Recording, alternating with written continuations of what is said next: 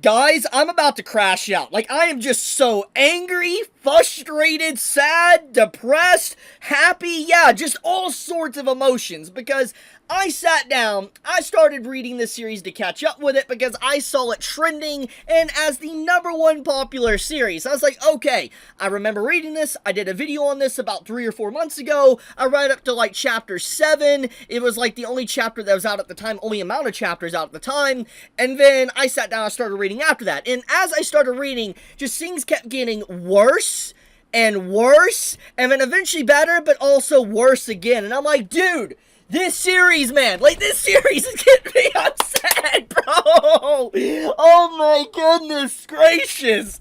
So let's back up for a second. I need to explain what's going on. For those that have no idea what this series is, this is their first time encountering this series called Tears on a Withered Flower. Let me give much needed context. So basically, the story is about a love life that is failing, or a marriage that has failed, long since failed, and we're seeing the twilight years, the years after the marriage is pretty much fallen apart. You have the main male character in this case, which is this guy here I'm going to show. You have this guy that is just, he was married to our main female character here, her, which I just showed here.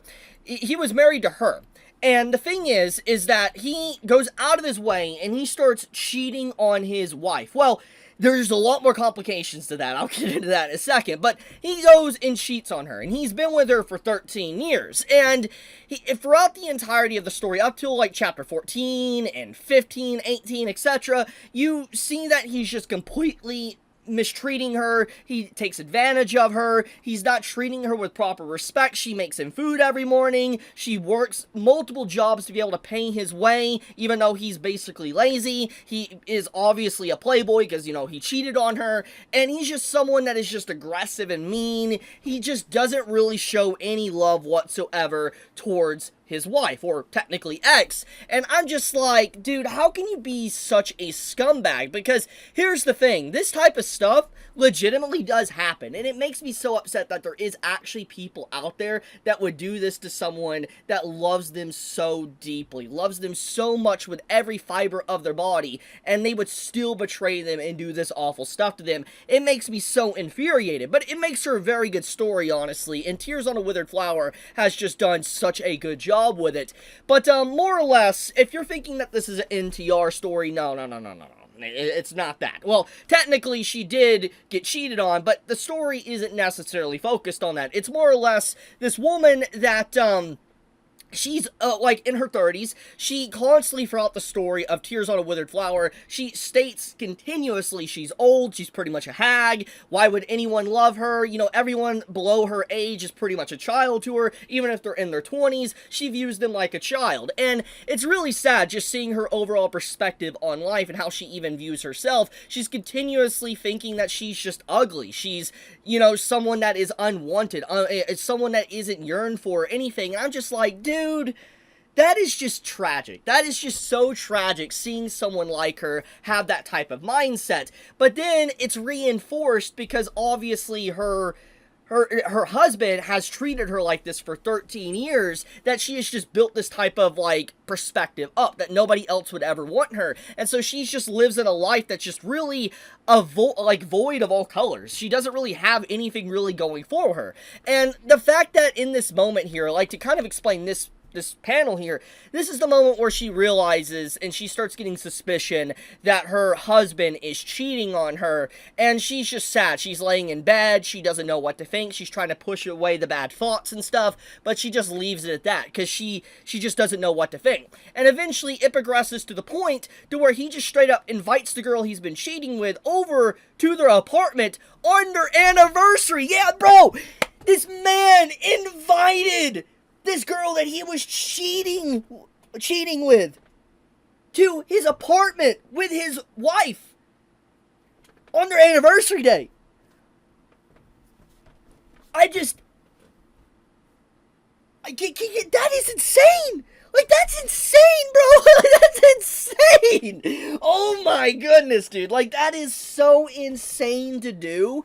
And the fact that he feels like he's in the right, or that she will, get over it is just frustrating, which that gets into chapter 27. So, to explain this, this is obviously her ex, and he comes over back to the apartment after many, many days have passed since after what happened. He comes to collect clothes and stuff, and she obviously reacts in a very angry way, obviously.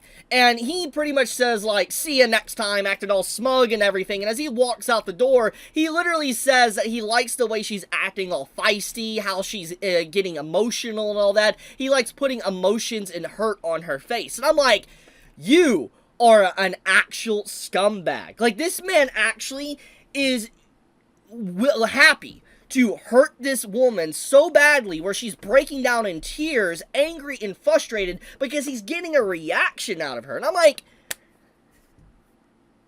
that man deserves nothing. Like, oh my goodness, like, I have never wanted a character to just end up completely alone more than this character right here. Actual scumbag.